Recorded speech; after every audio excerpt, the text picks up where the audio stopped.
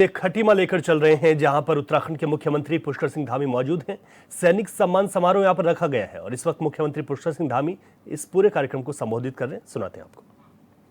तो मुझे ऐसा लगता है मानो जैसे मैं अपने पूज्य पिताजी के सानिध्य में हूँ।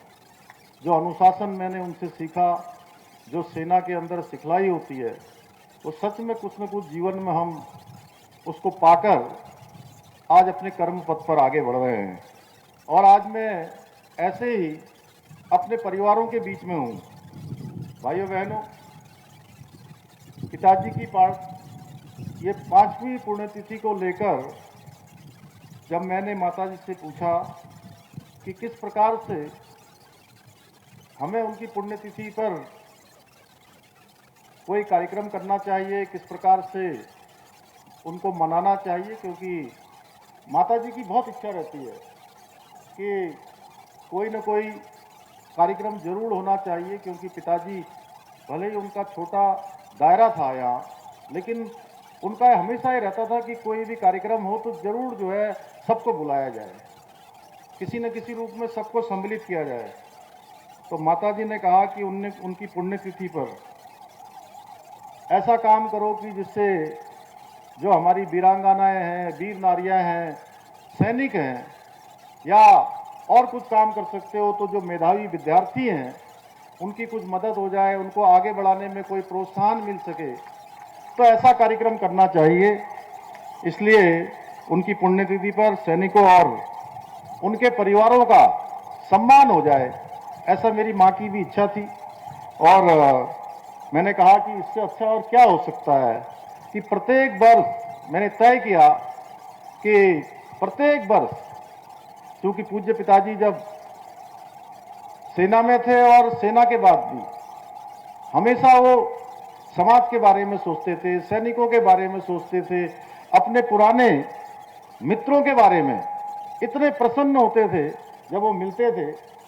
कैप्टन भानीचंद जी हैं, कैप्टन गजेंद्र कफलिया जी हैं यहाँ पर, वो शायद उनको पता नहीं होंगे, तो मैं देखता था उनको कि जब वो मिलते थे उनसे तो ऐसा लगता था कि अपने सगे भाई से भी ज्यादा प्रेम उनसे करते हैं जिन्होंने उनके साथ काम किया है। तो मुझे भी लगा कि उनके इस पुण्यतिथि के अवसर पर सभी सैनिकों का एक समागम हो, सारे लोग आपस में मिले। और सच में वो अब इस दुनिया में तो नहीं है, इसीलिए हम सब यहाँ पर एकत्र हो रहे हैं, उनको स्मरण कर रहे हैं, लेकिन ऊपर से आज वो बहुत प्रसन्न हो रहे होंगे। और मैं बताऊं आपको कि महार रेजिमेंट के जब 15 महार का वो रेजिमेंट डे होता है, तो उस दिन हर वर्ष हमारे 15 महार के लोग पिछले 4 सालों से मैंने जब से मुख्य सेवक के रूप में काम करना शुरू किया, तो उस दिवस को वो मुख्य सेवक सदन में हमारे यहीं पर जो है मुख्यमंत्री निवास में उसको आयोजित करते हैं। सच में मैं उनको जब देख रहा था, भानीचंद जी भी यहाँ से आते हैं, इनके पूरे उत्तराखंड के अंदर, और उत्तराखंड के अंदर ही नहीं, पंजाब से, हरियाणा से, दिल्ली से, आसपास के क्षेत्रों में जितने भी उनके साथ काम किए हुए लोग हैं, सेना में जिन्होंने साथ में जो है सेवा दी है, आए और इतने प्रफुल्लित होकर उन्होंने वो रेजिमेंट डे मनाया। और जब वो खा रहे थे, जब वो खाना खा रहे थे और इतने खुश हो रहे थे, तो मुझे लग रहा था कि मेरे पूज्य पिताजी को ही मैं खिला रहा हूँ यहाँ पर। और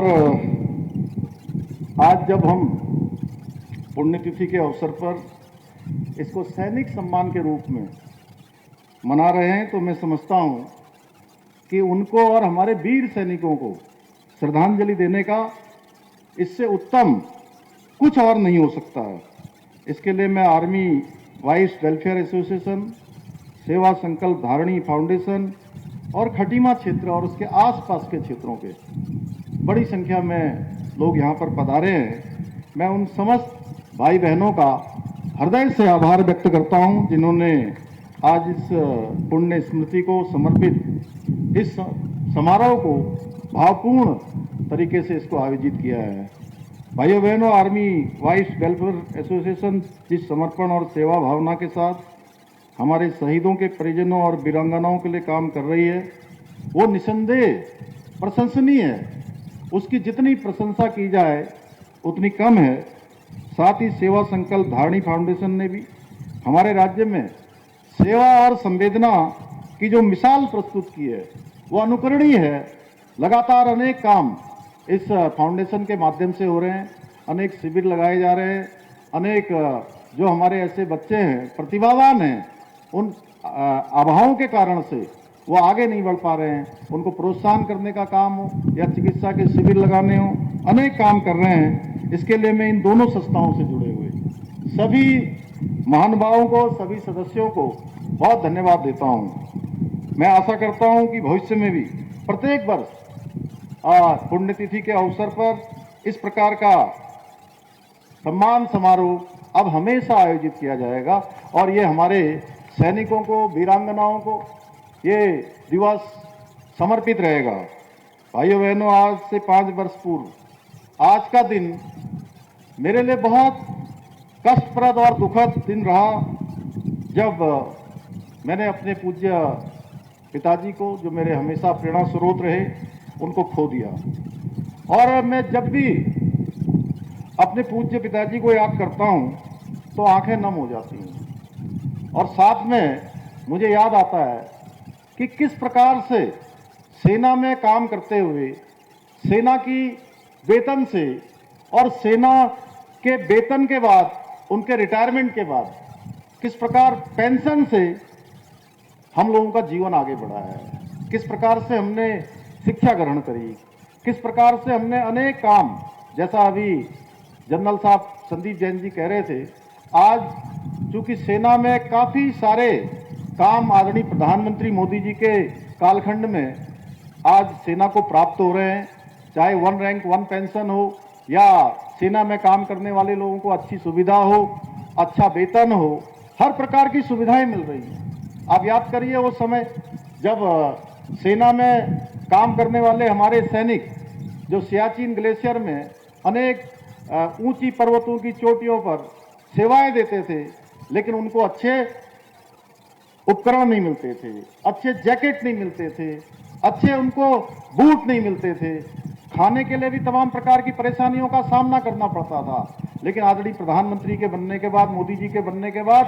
सारी सुविधाएं सैनिकों के लिए चालू हो गई भाइयों बहनों, और 1 रैंक 1 पेंशन भी लागू हो गई। लेकिन पहले का समय जरूर सेना के लोगों का बहुत अभाव में बीतता था, उनका ही नहीं बीतता था, उनके परिवार के लोगों का भी अभाव में बीतता था। और एक सैनिक के जीवन में कितने प्रकार की कठिनाई होती है, कितनी परेशानी होती है, उसको हम लोगों ने नजदीक से देखा है। किस प्रकार से जब कोई बलिदान होता है और 4 दिन 5 दिन और पहले के समय में उनका पार्थिव शरीर आने में जो एक एक हफ्ते का समय लग जाता था, आप सोचिए उस समय उनके परिवार की स्थिति क्या होती थी। और चाहते हुए भी सैनिक कभी जो है अपने परिवार को समय नहीं दे पाता, लेकिन उसके बाद भी उसकी वीरता में कभी कोई कमी नहीं होती थी, साहस में कोई कमी नहीं होती थी, क्योंकि हमारे जनरल बिपिन रावत साहब कहते थे, हमारे पहले सीडीएस, कि सेना केवल एक वेतन का जरिया नहीं है, सेना देश की सेवा करने का एक जो है सबसे बड़ा मिशन है। भाइयों बहनों, ऐसे अनेक लोग मैं देख रहा हूं यहाँ पर, अधिकांश लोगों को मैं जानता हूं, आज उन्होंने कैप धारण कर रखी है और सारे के सारे अपने जीवन का जो सबसे स्वर्णिम कालखंड होता है, समय, वो समय सेना को देकर आए हैं और वो समय उन्होंने हम सब लोगों के लिए दिया है। तो मैं उन सबको नमन करता हूं, बड़ी संख्या में यहाँ पर आए सबको प्रणाम करता हूं। भाइयों बहनों, मुझे जब भी मैं कोई काम करता हूं, कई बार लोग मुझे कहते हैं आजकल कि पहले के समय में होता था कि समय 10 बजे का दिया है तो ऐसा होता था कि 11 बजे लोग पहुंचते थे, और इसके कारण से एक धारणा बन गई थी कि मान्यवर लोगों ने अगर टाइम 10 बजे का दिया है तो 11 बजे पहुंचेंगे। लेकिन मैं कोशिश करता हूं, आप सब लोगों ने भी देखा होगा कि अगर 10 बजे का समय दिया है तो 5 मिनट पहले मैं उसके आसपास पहुंच जाऊं। और ये अनुशासन, ये संस्कार मुझे कहीं से मिला तो मुझे सेना से मिला। और सच बताऊं तो कई बार समय के कारण अगर मुझे खाना छोड़ना पड़े, कोई अन्य काम छोड़ना पड़े, तो मैं वो काम भी कर देता हूं, लेकिन मैं समय पर पहुंचने की कोशिश करता हूं। हालांकि मैं आज थोड़ा सा यहां विलंब से पहुंचा, लेकिन विलंब का कारण मैं नहीं था। आज विलंब का कारण था